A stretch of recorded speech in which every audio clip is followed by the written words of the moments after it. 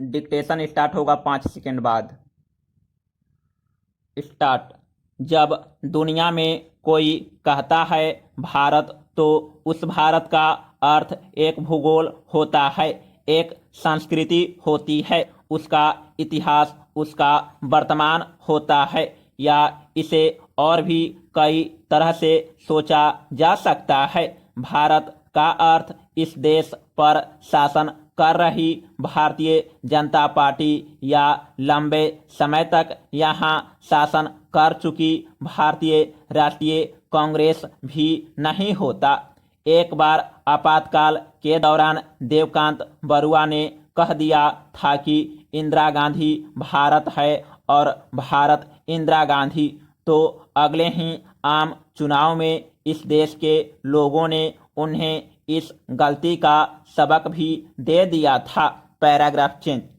भारत के उलट दुनिया में जब भी कोई कहता है चीन, तो इसके दूसरे तमाम अर्थों के साथ एक सबसे बड़ा अर्थ होता है चीन की कम्युनिस्ट पार्टी। चीन की कम्युनिस्ट पार्टी ही वह सामाजिक, सांस्कृतिक और राजनीतिक वायुमंडल है जिसमें इस विशाल देश के लोग सांस लेते हैं। उनकी नीयत भी यही पार्टी तय करती है। चीन का जो कुछ भी है वह इस कम्युनिस्ट पार्टी से ही बाकी दुनिया में अभिव्यक्त होता है। सुबह से शाम तक चीन में बने उत्पादों और गैजेट्स के बीच अपनी पूरी दिनचर्या गुजारने के बाद चीन के बारे में हम उतना ही जान पाते हैं जितना कि वहाँ की कम्युनिस्ट पार्टी हमें बताना चाहती है।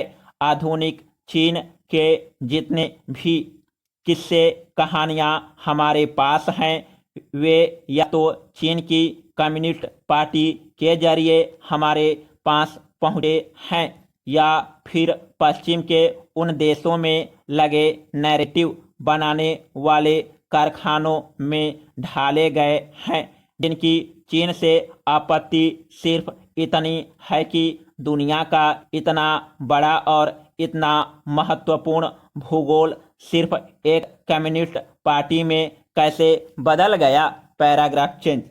चीन की कम्युनिस्ट पार्टी के 100 साल का इतिहास दरअसल एक देश के राजनीतिक दल में बदल जाने या एक पार्टी के एक राष्ट्र में बदल जाने का इतिहास है। ऐसी कोशिशें दुनिया में कई और देशों में हुई। सोवियत संघ में हुई, पूर्वी जर्मनी में हुई, पोलैंड में हुई, अल्बानिया, रोमानिया, चेकोस्लोवाकिया जैसे देशों में हुई, लेकिन कहीं भी ऐसा और इतना लंबा सफ़र तय नहीं कर सकी जितना कि उन्होंने चीन में किया। बाकी सभी जगह लोगों की आज़ादी की चाहत और पश्चिम की हवाओं ने कम्युनिज्म के किले ध्वस्त कर दिए।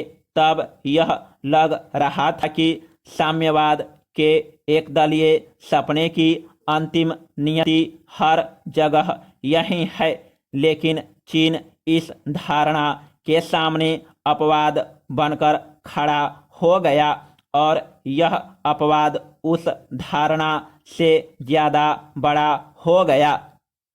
Paragraph change. यह सिर्फ इस अकेली धारणा की बात नहीं है। पिछली सदी की जितनी भी राजनीतिक और सामाजिक धारणाएं थी, जितने भी इतिहास बोध थे, लोकतंत्र के जितने भी दर्शन और शास्त्र थे, जितनी भी प्रज्ञाएं थी, चीन की कम्युनिस्ट पार्टी के किले के सामने सब हथियार डाल चुकी है। यह बात अक्सर कही जाती है कि चीन आज दुनिया का सबसे मजबूत अर्थव्यवस्था के रूप में खड़ा है, लेकिन शायद इससे बड़ा सच यह है कि पिछले 1.5-2 सदी में पश्चिम की दुनिया ने आचार, विचार और व्यवहार के जितने पोथे तैयार किए थे, आज का चीन उन सबके एक मजबूत खंडन की तरह खड़ा है।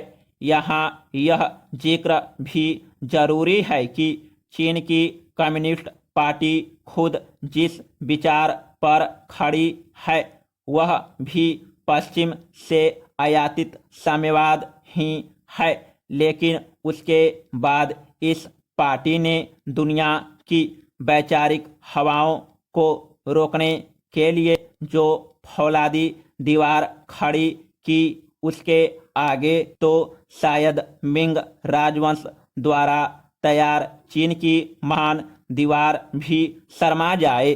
Paragraph change. पिछली सदी के उत्तरार्ध में हमें यह समझाया जाता रहा कि आर्थिक समृद्धि अंततः लोकतंत्र के रास्ते ही आ सकती है। समाजवाद आज़ादी ही वह माहौल है जिसमें अर्थव्यवस्था और लोगों की खुशहाली के फूल खिलते हैं। लेकिन चीन की कम्युनिस्ट पार्टी ने जब माओवाद को ठिकाने लगाते हुए वैश्विक पूंजीवाद के लिए अपने दरवाजे खोले तो बिना किसी आज़ादी और लोकतंत्र के इस मुल्क ने खुशहाली की राह पकड़ ली। जिन बहुराष्ट्रीय कंपनियों को कभी आज़ादी का परवाना माना जाता था, आज वे चीन की तमाम पाबंदियों के बीच कम्युनिस्ट पार्टी को फर्जी सलाम ठोकती नजर आती है। एक दूसरी सोच यह थी कि तकनीक सब कुछ बदल देगी। दशकों तक यह माना जाता रहा कि संचार तकनीक बहुत सी बंद खिड़कियां खोल देगी। जब पूरी दुनिया के लोग कहीं भी किसी से भी संपर्क करने की स्थिति में आएंगे तो देश की सीमाएं बेमानी हो जाएगी और सरकारें बेमतलब उसके बाद लोगों पर नियंत्रण मुश्किल हो जाएगा।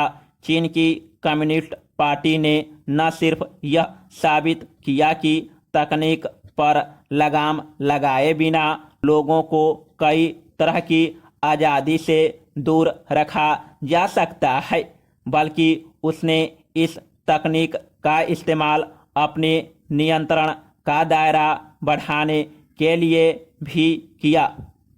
Paragraph change. यह एक सोच यह भी थी कि जब समृद्धि आएगी और अपनी जेब में पैसे लिए नौजवान सड़कों पर आएंगे तो वे दुनिया के नए फैशन अपनाएंगे। उनकी शाम दुनिया के सबसे लोकप्रिय फास्ट फूड और बाकी रंगीनियों के साथ होगी। वे हॉलीवुड की फिल्में देखेंगे और सिलिकॉन वैली में बने कंप्यूटर गेम खेलेंगे। ऐसे में भला उन्हें पश्चिम के मूल्यों से कैसे बचाया जा सकेगा। जल्द ही उनके मन में आज़ादी और लोकतंत्र की चाहत भी हिलोरे लेने लगी। साल 1979 में वह मौका आया जब एक बारगी लगा कि चीन में भी यह बात सही साबित होने जा रही है। शहर शहर कस्बे कस्बे में नौजवान सड़कों पर निकल आए। उनका सबसे बड़ा जमावड़ा जुटा बीजिंग के थिएन ऑन मैन चौक पर लगा कि चीन अब बदल जाएगा, लेकिन कम्युनिस्ट पार्टी का फौलादी नियंत्रण फिर सामने आया और अब थिएन ऑन मैन के उस आंदोलन को सिर्फ एक घटना के रूप में याद किया जाता है, किसी ऐसी परंपरा के रूप में नहीं जो अब तक जारी है। Paragraph change.